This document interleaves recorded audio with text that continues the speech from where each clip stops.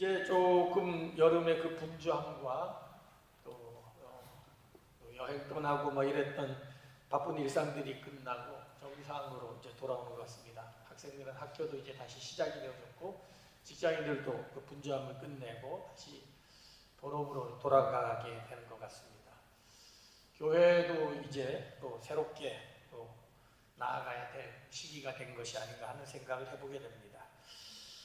저희가 올해 들어서 계속 베이직 크리스찬리티, 기본적인 기독교 기본 진리가 무엇인지에 대해 생각해보고 최근에서는 베이직 크리스찬 라이프, 기본적인 그리스도인의 삶, 그리스도인의 기초적인 삶이 무엇인가, 그리스도인이라면 어떻게 사는 것이 정상적인 건가 하는 것에 대해서 생각해보고 있는데, 오늘은 6번째 시간으로 성숙에 대해서 생각을 해보려고 합니다. 그리스도인은 자라야 된다는 것이죠. 우리 아이들이 자라는 것과 마찬가지로 그리스도인도 영적으로 자라가야 되는 것이 당연하다고 할 수 있을 것입니다. 우리 아이들도 이번에 한국에 잠깐 다녀왔는데 다녀오고서 첫 예배를 드리고 나서 저한테 그러더라고요.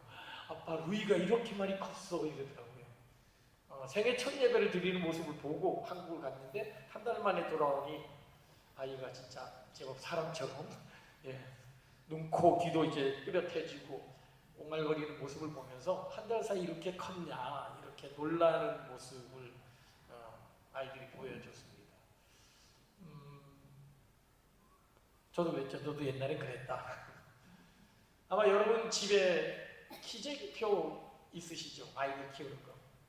집에 없으세요? 네. 키재기표. 초등학교 되면 몇 센치, 저희도 150cm, 140cm 때까지 아마 그거 갖고 있었던 기억이 있는데 참 신기하게 일주일마다 크더라고요. 130cm, 131cm, 132cm, 135 이렇게 쭉쭉 크는 모습을 보면서 자람의 기쁨을, 성숙의 기쁨을 누리곤 하는데 안타깝게도 그런 성장의 기쁨을 누리지 못하는 사람도 있다는 거죠. 그 해외토픽에 2011년도에 이런 기사가 실렸습니다. 루마니아 언론에서 보도한 브라질 여성인데 마리아 두 나시멘투라는 여자입니다. 이 사람을 보게 되면 갓난의 아기의 모습인데 사실은 이 여자아이는 1981년 5월 7일생이라는 겁니다. 그러니까 기사가 난 게 2011년이니까 30살이 됐죠. 갓난아이의 모습이지만 사실은 30살이 된 아이인데 생후 8개월 모습에서 멈춰 있었다는 거죠. 그리고 그 생후 8개월의 아이처럼 걷지도 못하고 말도 제대로 하지 못해서 의사나 엄마의 도움이 없다면 아무것도 정상적으로 할 수 없는 그런 아이라고 합니다. 이 아이만 있는 것이 아니라 그러고 난 뒤에 얼마 전에 2017년 8월에도 이와 비슷한 기사가 실렸습니다. 영국의 북서부의 매클즈필드라는 곳에서 사는 앵구스 팜스라는 남자아이입니다. 키가 약 93cm 정도밖에 되지 않는 어린 아이인데, 그리고 밥도 제대로 먹지, 혼자서 먹지 못하는 아이인데 사실은 13살 된 소년이라는 거죠. 말도 하지 못하고 손가락으로 이렇게 지시해야만 의사 표현을 할 수 있는 어린 아이입니다.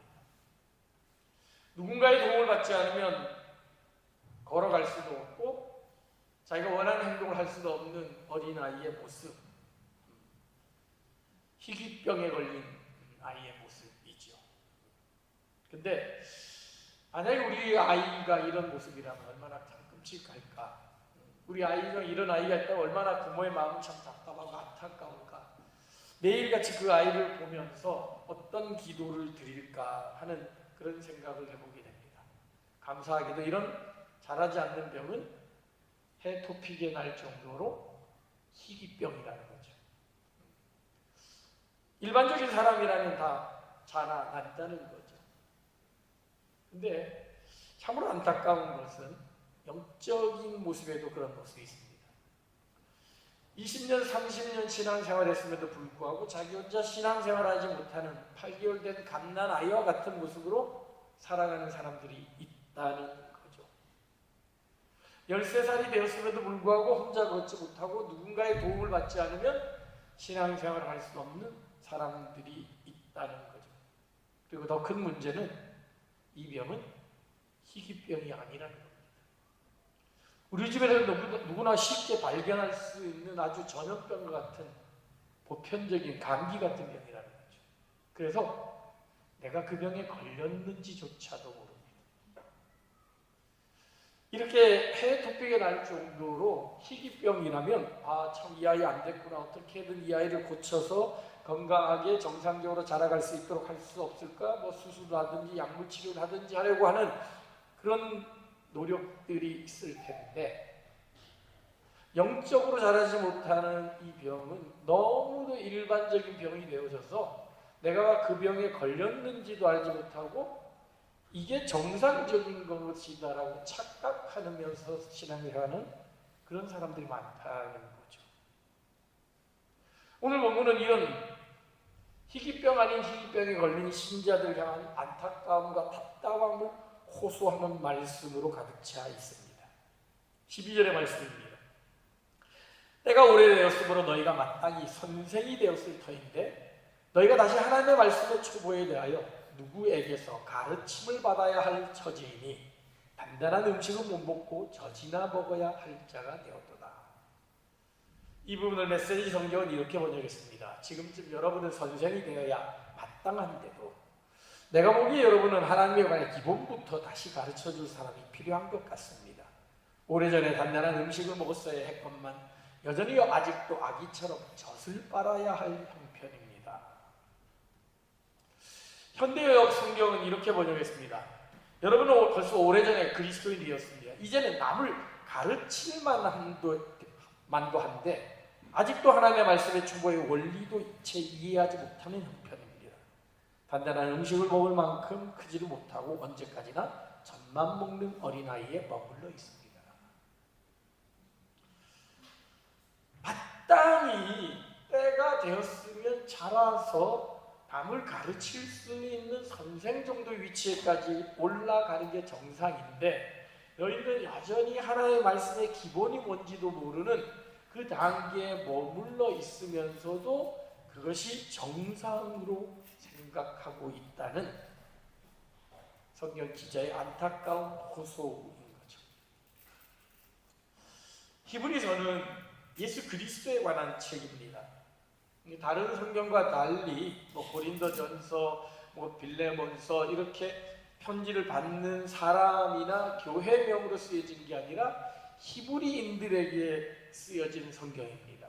즉 구약 시대부터 하나님의 택함 받은 이스라엘 민족, 히브리 민족에 대해서 예수 그리스도가 구약에 예언된 메시아임을 소개하는 책인데 그래서 이 히브리서에는 구약적인 배경이 가득합니다.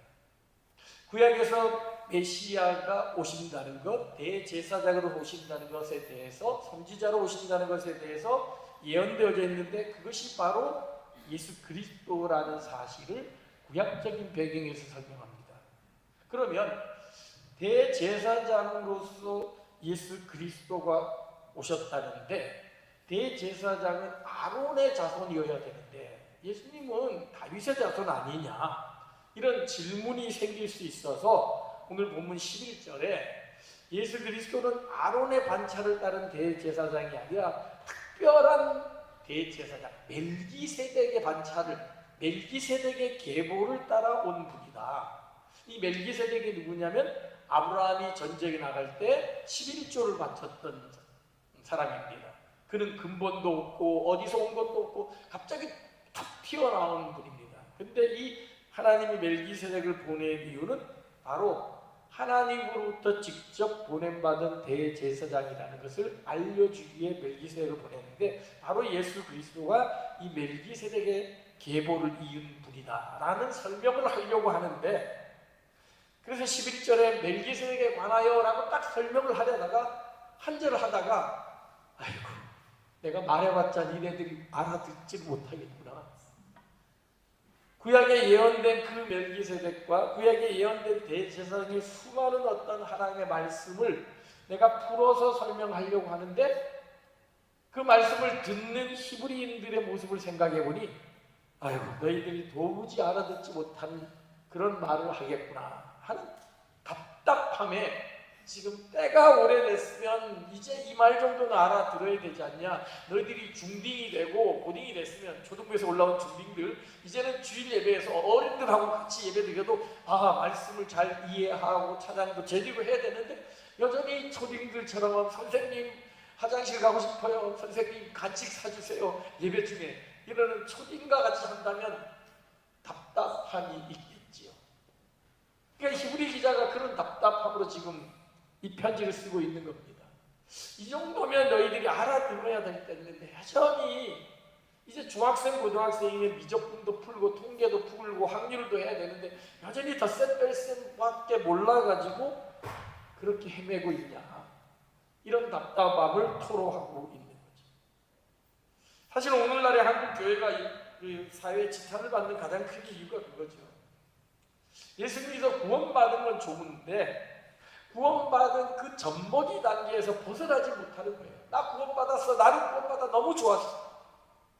그리고 나서 구원받은 자로서 마땅히 살아야 될 섬김과 희생의 삶, 헌신의 삶, 봉사의 삶을 살지 않는 거지.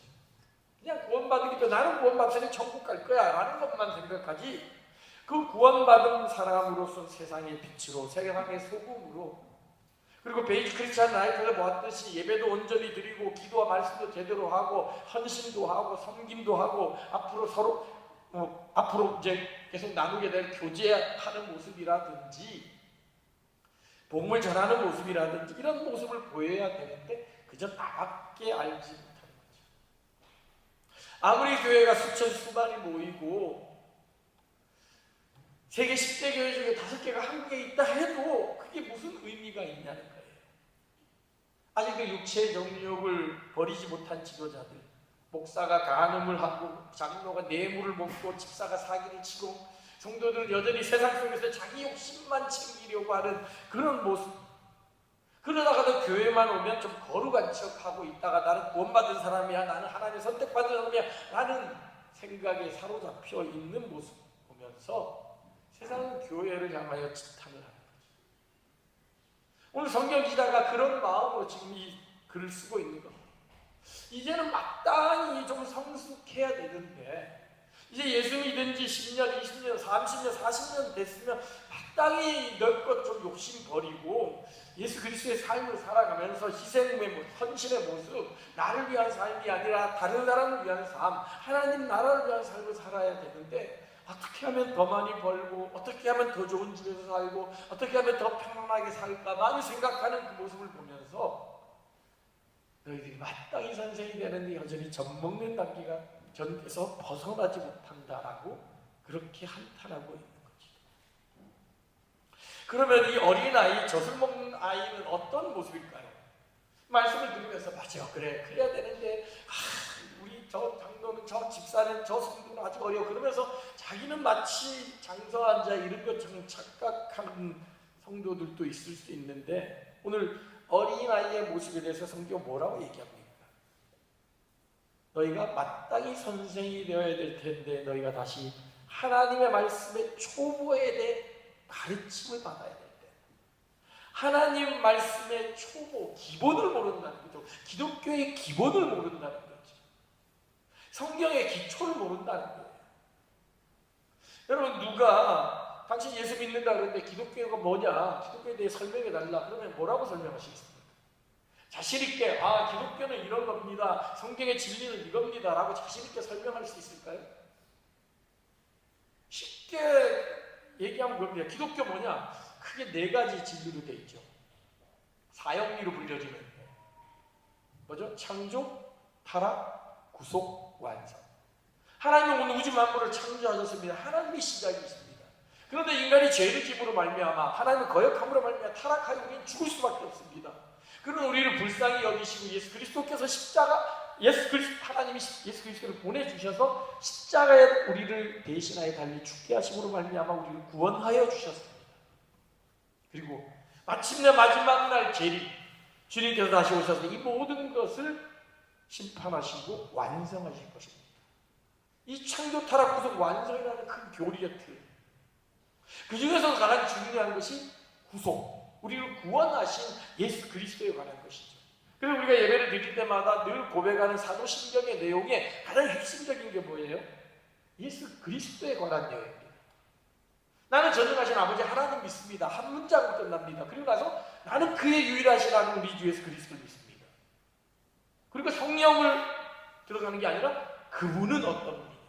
동정녀 마리아에게서 나시는 성육신 하신 분이시고 본디오 빌라도에게 고난을 받아 십자가 달려 죽으신, 우리를 대신하여 죽으신 분이시고, 그러나 사흘 만에 부활하심으로 말미암아 우리에게 영원한 생명의 소망을 주신 분이시고, 그리고 승천하여서 저 하늘 보좌 우편에 앉아 계시는 분이시고, 그리고 마지막 날 거기로부터 이 땅에 다시 오셔서 이 땅을 심판하시고 완성시키는 분이십니다. 성육신, 고난, 부활, 승천, 재림이라는 이 큰 5가지의 틀, 예수 그리스도에 관한 그 진리를 고백한 게 사도신경이죠. 히브리 기자는 하나님의 말씀의 축복가 무엇인지를 6장에서 다시 설명합니다. 거기서 이렇게 이야기하죠. 죽은 행실, 하나님께 대한 신앙, 세례들, 안수, 죽은 자의 부활, 영원한 심판에 관한 교훈의 틀. 죽은 행실은 뭐예요? 과거의 율법을 이야기하죠. 예수 믿기 이전의 삶을 이야기하는 거죠. 하나님에 대한 신앙, 그 신앙이 하나님께 대한 신앙이지 내가 믿고 싶은 걸 믿는 게 아니라는 거예요. 세례나 안수나 부활이나 심판이나 이런 모든 기독교에서, 성경에서 말하는 그 기초들을 너희들이 제대로 알고 있냐는 거예요. 이걸 오늘날 우리에게로 해서 적용한다면, 예배를 드리는데 과연 예배를 제대로 이해하고 드리고 있니? 예배는 누구에게 드리는 거고 어떻게 드리는 거예요? 우리가 지난 시간에 살펴봤듯이 사마리아 여인처럼 이 산에서 드려야 됩니까? 저 산에서 드려야 되냐? 장소 따지고 있는, 형식 따지고 있는 모습인지, 아니면 성경에서 말한 진정한 영과 진리로 드리는 예배인지 나는 제대로 알고 있는지. 기도를 한다 그러는데 기도가 어떤 건지, 누구에게 드리는 거고 무엇을 기도해야 되고 누구를 위한 기도해야 되느냐. 기도는 기본적으로 자기를 위한 기도라고 그러죠. 이거는 세상 종교와 모두 그렇죠. 그러나 기도는 궁극적으로 하나님을 위한 기도해야 된다는 것으로 나아가는 거죠. 봉사도 마찬가지고, 봉사는 정말 의무인지 아니면 특권인지, 믿는 사람을 마땅히 해야 되는 것들인지, 이런 다양한 것들에 대해 성경적인 백그라운드를 가지고, 성경적인 지식을 가지고 내가 신앙생활을 하고 있는지 한번 돌아봐야 된다는 거죠. 안타깝게도 수많은 사람들이 이런 기독교의 기본도 모른 채 교회 생활, 종교 생활을 하는 사람이 얼마나 많은지 모릅니다. 이것은 오늘날만이 아니라 예수님 시대에도 그랬죠. 예수님을 따르는 수많은 사람들, 산상수훈에 보게 되면 예수님을 따라온 수많은 사람들을 향하여 예수님은 이렇게 말합니다. 너희가 이러이러하다라고 들었으나 나는 너희에게 이르노니. 마태복음 5장에서부터 7장까지 이 산상수훈에는 가장 많이 나오는 단어가 이 단어입니다. 너희는 들었으나 나는 너희에게 말하노니. 너희들이 여태까지 신앙생활 한다고 했지만 사실 그거 종교생활이야, 구약의 율법에 매인 거야, 바리새인들이나 제사장들이 잘못 가르쳐준 어떤 형식과 틀에 불과하다. 그러나 나는 너희에게 말하노니, 이렇게 하죠. 그래 너희가 원수를 미워하고 이웃을 사랑하라 했지만 나는 너희에게 말하노니 원수를 사랑하는 것이다. 세상의 기본적인 가치를 가지고 너희들은 들었지만 나는 너에게 말하노니 하나님 나라의 가치는 이런 거다라고 가르쳐주고 있는 거죠. 젖을 먹는 아이, 어린아이는 기본을 모르는 아이, 하나님 나라의 기초를 알지 못한 채 그냥 세상적인 가치를 하나님의 가치로 알고 착각하고 살아가는 거죠. 그냥 교회만 다니면 그리스도인이고 교회만 다니면 구원받는 사람이라고 착각하는 사람이라는 거죠. 이런 사람에게 나타나는 특징이 뭐예요? 성경이 뭐라고 합니까? 젖이나 먹는다. 젖이나 먹어야 할 자가 된다. 젖이라는 것은 뭡니까? 가장 기초적인 거죠. 가장 기본적인 거죠. 그러나 그것은 나에게 너무 편하지만 가장 기본이기 때문에 그 기본을 벗어나지만 생명만 유지할 뿐이죠. 젖이라는 걸 쉽게 얘기한다면 익숙한 겁니다. 편한 겁니다. 그리고 뭔가에 의존을 하는 거죠. 그냥 젖은 쭉쭉쭉 빨기만 하면 되는 거예요. 씹을 필요도 없고 되새김질할 필요도 없고 그냥 주면 물려주면 먹기만 하면 되는 거죠. 이런 젖을 먹는 어린아이, 이런 신앙인이 어떤 사람입니까? 나에게 익숙하지 않으면 싫어요. 예배 형식이 바뀐다든지 목사님의 설교가 어떤 찬양대의 찬양이 나한테 거슬린다든지 성도들이 나를 바라보는 눈빛이 좀 어색한다든지 내가 좀 불편하면 싫은 거예요. 그 익숙하지 않은 것, 내가 익숙하지 않은 것은 다 거부해 버린 거죠. 그래서 내가 좋아하는 것만 합니다. 먹기 편한 것만 합니다. 그리고 철저히 상대방의 의존적이에요. 누군가한테 해주기를 바라는 거예요. 누가 뭘 해주기 바라고 대접해 주길 바라고 인정해 주길 바라는 거예요. 영적인 미숙의 상태에서 벗어나지 않는 거죠. 가면 내가 좀 대접받고 나를 인정해주고 목사님 설교도 내 마음을 좀 위로하는 거야 되고 교회 생활하는 것도 좀 내가 편해야 되는 나 중심.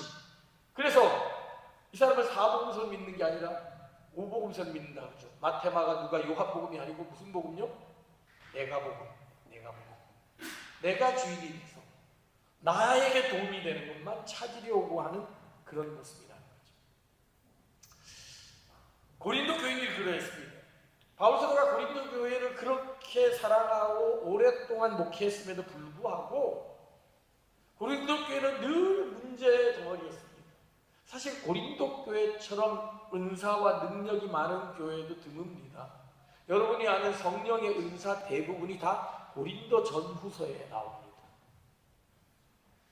수많은 은사를 받았어요. 예언도, 병 고치는 은사도, 방언도 수많은 은사를 받았음에도 불구하고 영적인 어린아이를 벗어나지 못했다는 거죠. 고린도서 3장 2절에 바울이 이렇게 말합니다. 나는 여러분에게 젖을 먹였을 뿐 단단한 음식을 먹이지 않았습니다. 그때는 여러분이 단단한 음식을 감당할 수 없었습니다. 사실 지금도 여러분은 그것을 감당할 수 없습니다. 여러분은 아직도 육에 속한 사람입니다. 여러분 가운데 시기와 다툼이 있으니 여러분은 육에 속한 사람이요 인간의 방식대로 살고 있는 것이 아닙니까? 예수를 믿었음에도 불구하고 자기 주장만 내세우고 싸움과 다툼과 시기와 분열만 일삼는 고린도 교회를 보면서 너희들이 여전히 젖을 먹는 어린아이의 단계에 머물러 있다. 내가 단단한 음식을 먹이려고 해도 그걸 소화할 수 없어서 그걸 내가 바로 뱉어내고 토해내니까 젖이나 먹이는 단계다라고 그렇게 한탄하고 있는 거죠.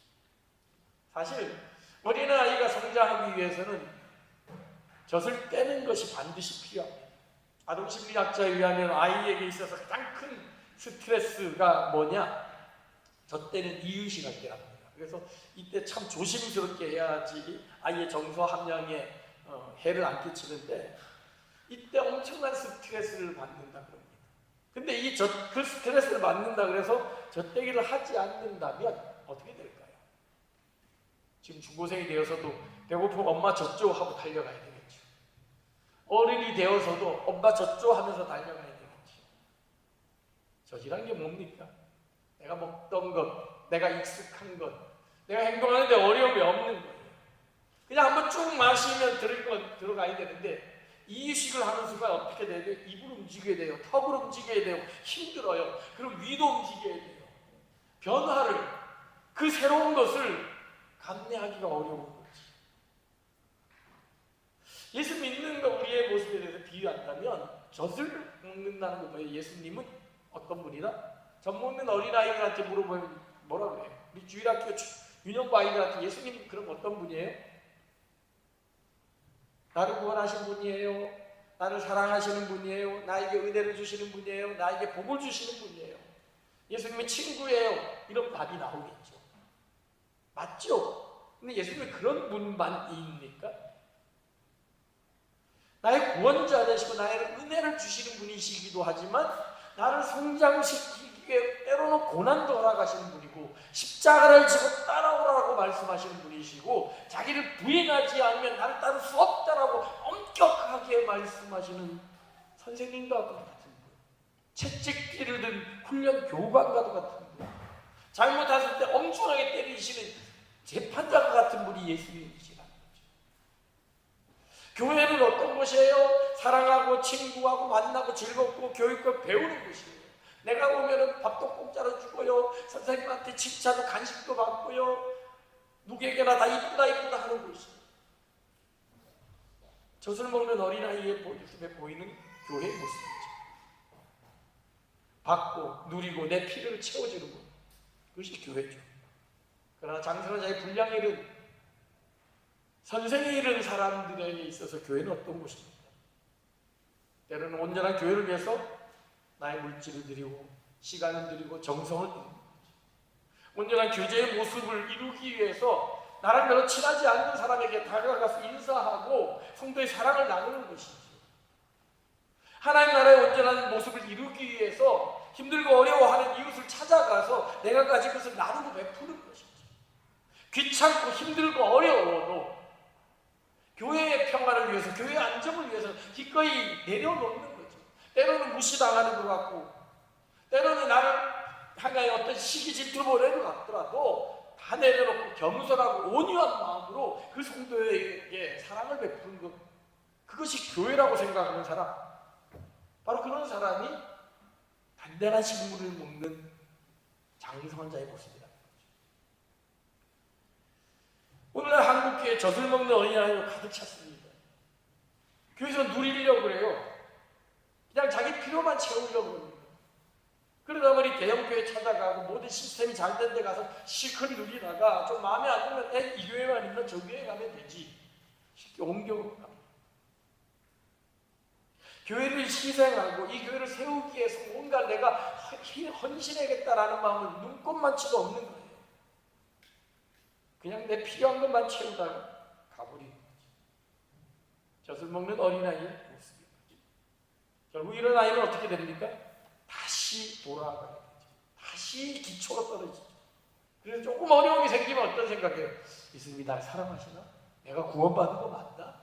하나님이 이런 분이라면 어떻게 나에게 이런 고난을 주실 수가 있어? 아니, 예수 믿는 게 왜 이렇게 힘들고 어렵다면 이거 잘못된 거 아니야? 라는 의심에 빠지게 되고, 구원에 잘 받았나 착각하고 의심하게 되고 회의하게 되고, 진정한 의의 말씀을 경험하지 못했기 때문에 환경이 바뀌고 시험이 닥치면 또다시 원점으로 떨어지는 겁니다. 내가 구원받는 거 맞냐? 정말 예수님이 날 사랑하시는 거 맞냐? 성인 아이라는 거 있죠. 성인이 되었는데도 아이의 모습을 버리지 못한 겁니다. 성인이 되었음에도 불구하고 부모로부터 자립하지 못하는 아이. 결혼하여 한 가정을 이룰 때 그 가정에 문제가 생기는 가장 큰 원인 중에 하나가 뭘까요? 부모로부터 독립하지 않았기 때문에. 여전히 문제가 생기면 엄마한테 가서 아빠한테 가서 돈 달라고 그러고 뭐 해결해 달라고 그러고 뭐 하라고. 여전히 문제가 생기면 그 관계를 끊어내지 못하고 누군가에게 도움을 받아서 스스로 할 수 없는 어린아이로 있을 때, 결혼에 장성한 부부가 됐음에도 불구하고 그 가정은 건강하지 못하고 늘 염려와 싸움과 다툼이 있을 수밖에 없는 거죠. 자, 그렇다면 오늘 성경이 말하는 장성한 자는 어떤 사람일까요? 마땅히 선생이 되어야 된다 그랬는데 그 선생은 어떤 사람일까요? 첫 번에 이렇게 이야기합니다. 14절입니다. 단단한 음식은 장성한 자의 것이니 그들은 지각을 사용함으로 연단을 받아 선하고 분별한다. 지각을 사용한다 그랬어요. 여기서 지각이라는 것은 지적인 감각만을 이야기하는 것이 아닙니다. 심령의 감각, 영적인 감각을 이야기합니다. 즉 모든 것들을 영적인 눈으로 바라볼 수 있어야 된다는 거예요. 에레미야가 바벨론 침공을 앞두고서 하나님의 계시를 받습니다. 이제 이스라엘은 하나님을 배역함으로 말미암아 노예가 될 것이다, 예루살렘은 점령을 할 것이다 라는 소리를 듣고 이렇게 한탄합니다. 슬프고 아프다. 내 마음이 아프고 내 마음이 답답하여 잠잠할 수 없으니 이는 나의 심령이 나팔 소리와 전쟁의 경보를 들으리로다. 전쟁의 경보, 나팔 소리를 들었다는 거예요.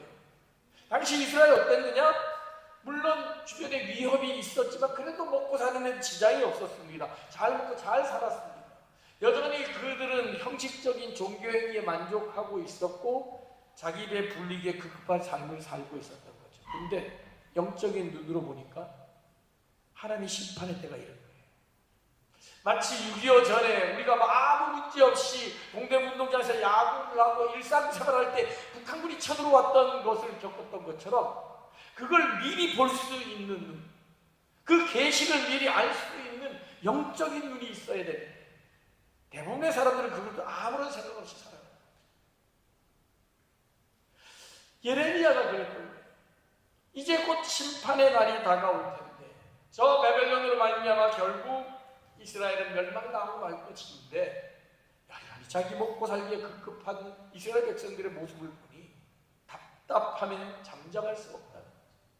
귀에는 나팔 소리가 전쟁의 경보가 막 들리고 있는데 그 소리를 듣지 못하는 사람들의 모습을 보며 안타까워하고 있는 겁니다. 그렇습니다. 그리스도인은 지각을 사용한 사람입니다. 영적인 감각을 가지고서 세상을 분별해야 된다는 거예요. 요즘 우리 청소년들 캐대원 유행하잖아요. 지나가면 애들도 막 드림진가 뭔가 막 부르고 그런다 그러더라고요. 그럴 때 따라한다 막 이러면서 고수준이 아니라 왜 이 노래가 왜 K-팝이 지금 이렇게 세계적으로 유행을 하고 있는 건지 그 노래가 갖고 있는 생각이 사상이 어떤 것인지를 깨달아야 된다는 거예요. 여러분들이 스웨덴에 사는 거 아싸 나는 기분 좋아 어쩌다가 나는 이 스웨덴에서 공부하네 한국에 있는 애들은 학원 가느라 그거 하는데 나는 스웨덴에 있으니까 놀고 먹어도 되겠다라는 생각이 아니라 하나님이 왜 나를 이곳 스웨덴 땅에 보내셔서 공부하게 하시는지 이 청소년기를 보내게 하시는지 하나님의 마음을 읽을 수 있어야 된다는 거예요. 내가 한국에 있지 않고 내가 미국에 있지 않고 내가 스웨덴에 있게 된 이유가 뭘까? 하나님 왜 나를 이 자리에 놓으셨는가를 하나님의 시각으로 하나님의 마음으로 이해할 때 하루하루의 삶이 의미가 있는 것 같아요. 그렇지 않으면 나 왜 여기 와가지고 차라리 한국이 더 좋은데 미국이 더 좋은데 내가 왜 이렇게 엄마 아빠를 만나가지고 힘들고 어렵게 사냐 수많은 세상적인 생각으로 불평하고 잠깐 좋으면 그냥 이리 하다가 또 안 좋으면 일비하는 그런 삶을 살아갈 수밖에 없다는 거죠.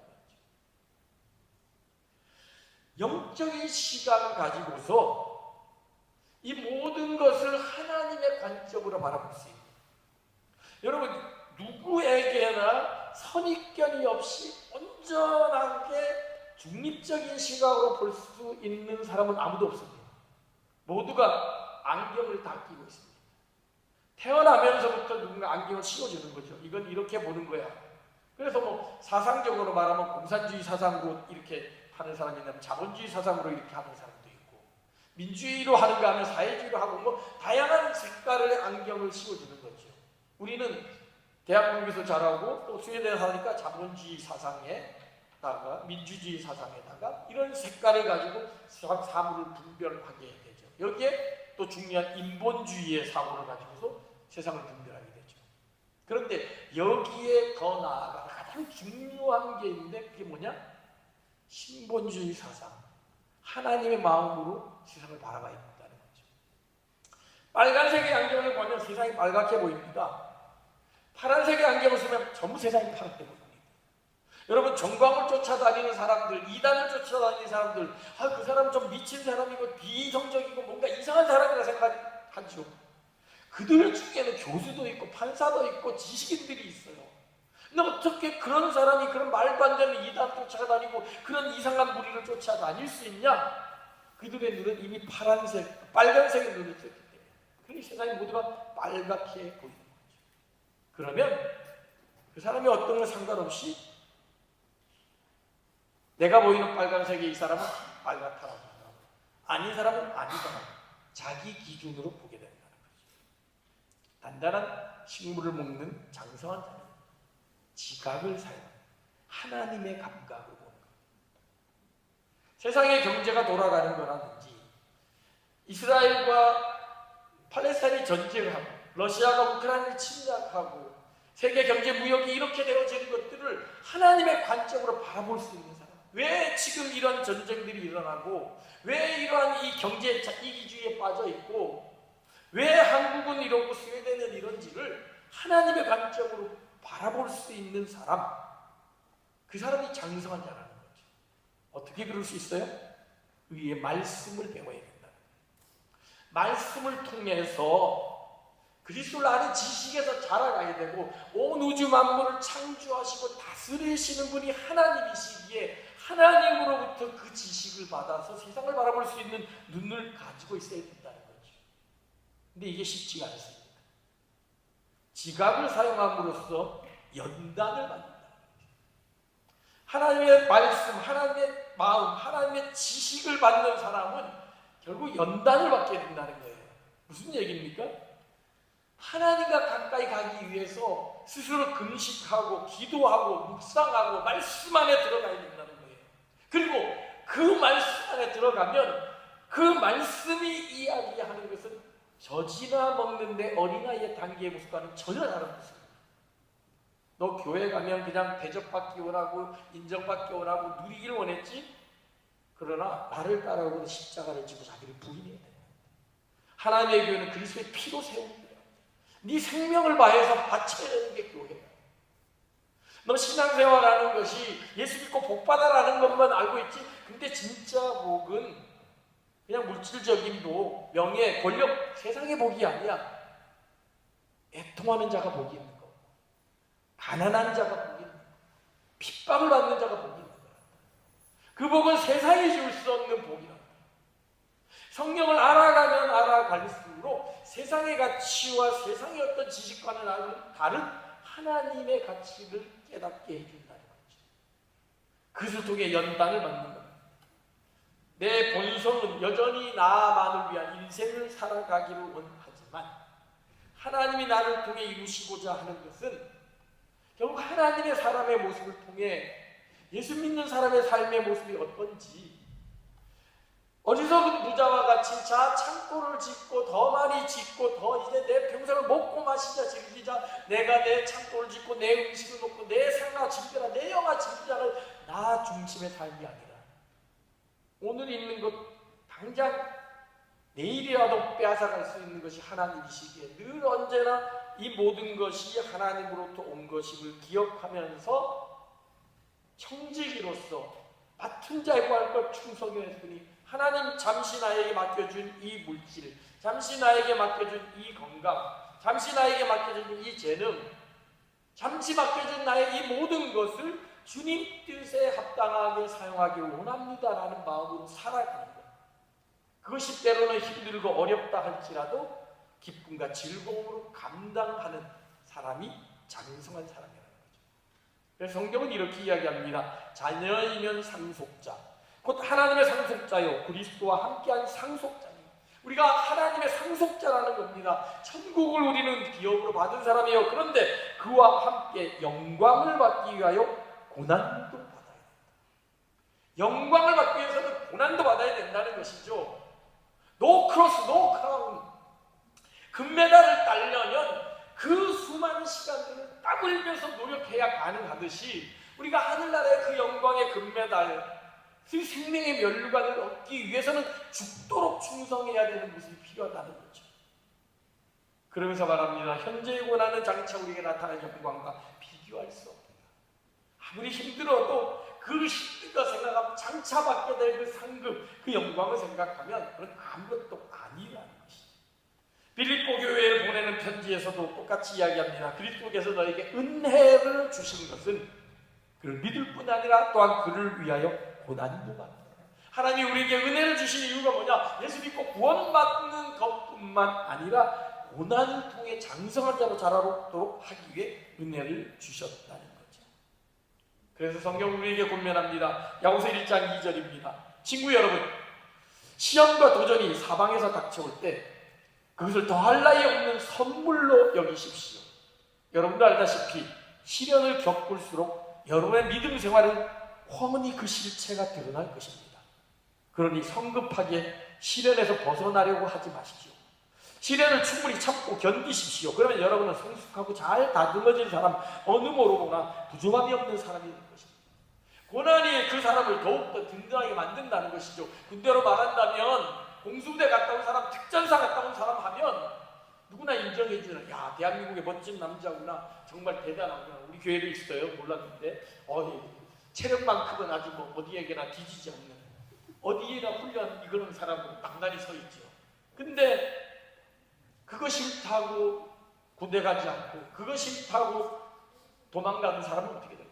그 훈련을 받지 못해 몸도 약해지고 마음도 약해질 수밖에 없다는 거죠. 연단을 통해서 이 어린아이에서 장성자로 자라간다는 겁니다. 어린아이가 젖을 먹는 것에도 이유식을 하면서 먹기 싫은 거 억지로 막 먹다가 억지로 입을 움직이고, 그러다 보면 그 맛을 알게 되죠. 그러면 그 고기 맛을 알게 돼요. 그 고기가 얼마나 맛있는지 질기지만 뜯는 그 갈비 맛을 알게 되는 거죠. 근데 젖만 먹는다면 아무리 맛있는 갈비를 갖다 준데도 맛을 알 수가 없는 거죠. 결국 이런 사람이 선악을 분별하게 된다는 겁니다. 단지 옳고 그름이 아니라 기독교적인 교리의 건전함과 타락을 구분한다는 거예요. 이게 지금 목사님 말씀하시는 게 성경의 진리대로 말씀하시는구나. 목사님 저거는 한 인본주의적인 생각으로 하시는 거 아닌가? 분별할 수 있다는 거예요. 이단에 빠지지 않습니다. 정광과 같은 이상한 무리에 빠지지 않습니다. 말씀 앞에 온전히 서게 되는 거예요. 나의 모든 삶을 하나님의 관점으로 바라보게 된다는 거죠. 그것을 통해 온전한 그리스도인이 어떤 건지, 기존의 전통이나 관습이나 어떤 많은 사람 따르는 다수결을 따라가는 게 아니라 선명한 하나님의 기준인 말씀을 기준으로, 그 말씀을 기준으로 세상의 모든 것들을 분별하고, 이 길을 가야겠구나, 이 길은 가면 안 되겠구나, 이거는 해야 되겠구나, 이거는 하지 말아야 되겠구나, 우리 교회는 이런 모습을 보여야 되겠구나, 이건 성경적인 모습이 아니다, 이런 것들을 분별하면서 하나님이 기뻐하시는 삶의 모습, 가정, 교회를 이루며 나아갈 수 있다는 것이죠. 사랑하는 성도 여러분 가운데 신앙생활하면서 어떤 분은 5년, 10년, 1년 시작된 분도 있을 거고, 5년, 10년, 20년, 30년, 50년 된 분도 있을 겁니다. 그러면서 나는 정말 그 나이에 걸맞게 얼만큼 자라왔는지 한번 우리 자신을 돌아보길 소망합니다. 아까 기저귀표 얘기했죠. 기저귀표가 여러분 집에 다 있나요? 있다가 없애죠. 저도 140, 150 되면서 없앴습니다. 왜 없애죠? 아이가 어느 정도 자라게 나면 더 안 크더라고요. 우리 애들이 좀 더 컸으면 좋겠는데 안 크더라고요. 아무리 그래도. 그럼 성장이 멈춘 거죠. 그럼 이게 멈춘 건가요? 그럼 더 이상 밥 먹을 필요도 없고 그냥 그 수준에 머무는 건가요? 그때부터 뭐죠? 성장이 아니라 성숙이 일어나는 거죠. 이제는 키는 안 크지만 뭐가 크죠? 머리가 커지고, 마음이 커지는 거죠. 옛날에 자기 중심으로 살아갔다면 중딩들 장치가 엄마한테 이거 해주면 어쩌고 엄마 이러지만 커지면서 어떻게 돼요? 엄마를 이해하게 되죠. 아빠를 이해하게 되죠. 동생을, 언니를 이해하게 되죠. 마음이 커지게 되는 거죠. 그래야 정상적인 고딩이 될 수 있고 청년이 될 수가 있는 거죠. 근데 청년이 됐는데도 불구하고 엄마는 이것도 안 해주고 엄마 뭐 해줘 라는 중딩식의 사고에 빠져 있다면 저신앙의 어린아이라는 거죠. 여러분은 성장의 단계는 어느 정도 다 지났습니다. 신앙생활을 하면서 물론 이제 신앙을 처음 시작하는 분은 이 성장의 단계가 있는 분도 있겠지만 대부분은 신앙생활을 10년, 20년 하면서 어느 정도 외형적으로는 그래도 신앙인 것처럼 보입니다. 왜? 여기 예배 드리고 있잖아요. 예배 드리고 있고 기도도 할 줄 알고 말씀도 그래도 읽고 밥 먹을 때 씻기도 하잖아요. 이런 부분에 있어서 교회 생활은 이렇게 하는구나. 주일은 성수해야 되는 거, 헌금해야 되는 거고, 봉사해야 되는 거고, 이런 거는 기본적으로 여기 한 걸음 더 나가야 된다는 거죠. 성숙의 단계로. 왜 봉사하는지, 왜 교회를 나오는지, 왜 주일 성수하는지, 왜 헌금을 하고, 왜 헌신을 해야 되는지, 성경의 본질적인 그 정신을 이제는 깨닫고 이해해야 돼요. 그러면 어떻게 되느냐? 자기 모든 것을 드릴 수 있는 거죠. 지난 시간 말씀드린 것처럼 나를 따라오려던 자기를 부인하고 자기 십자가를 지고 따를 수 있는 진정한 제자의 길로 들어설 수 있는 거죠. 부자 청년이 예수를 따르려고 할 때 네 재산 다 팔아 가난한 자들에게 주고 나를 따르라 했을 때 그는 젖을 먹는 단계에 있기 때문에 이 말씀을 이해할 수 없었던 거죠. 그러나 말씀을 이해하고 연단을 받아서 장성한 자가 될 때는 버릴 수가 있는 거죠. 바울이 뭐라 그럽니까? 내가 빈궁에도 취할 줄 알고 부귀에도 취할 줄 알고 어떠한 형편에도 자족하기를 내가 배웠노니 내가 그리스도 예수 안에서 모든 것을 할 수 있다라고 그렇게 고백했던 거죠. 사랑하는 성도 여러분, 우리의 믿음의 모습이 아까 보았던 그 자라지 못한 희귀병에 걸린 아이들과 같은 그 수준에 머무는 것이 아니라 날마다 자라감으로 말미암아 예수를 닮아가는, 내가 완전하니 너희도 완전하라고 말씀하신 것처럼 그 예수에까지 이룰 수 있는 그런 사람으로 날마다 자라가기를 소망합니다. 그래서 히브리 기자는 6장에서 이러한 설명을 쭉 하고 난 다음에 이렇게 권면합니다. 6장 11절, 우리가 간절히 원하는 것은 너희 각 사람이 동일한 부지런을 나타내어 끝까지 소망의 풍성함에 이르러 게으르지 아니하고 믿음과 오래 참음으로 말미암아 약속들을 기업으로 받는 자들을 본받는 자가 되려 하려는 것입니다. 동일한 부지런을 끝까지 주님 만나는 그날까지 동일한 부지런함을 나타내어서 예수 닮아 예수님처럼 되어지는 그런 삶의 모습, 단단한 식물을 먹는 장성한 자의 분량에 이르는 선생된 모습으로 살아가라라고 우리에게 권면하고 있습니다. 이 권면의 말씀과 같이 젖이나 먹는 어린아이 단계가 아니라 예수 믿고 구원받은 사람으로서 이제는 그 구원에 합당한 사람으로 살아감으로 말미암아 나를 통해 예수를 보여줄 수 있는, 하나님 나라를 보여줄 수 있는 그런 사람으로 살아가는 저 여러분 우리 모두가 되기를 주님의 이름으로 축원합니다.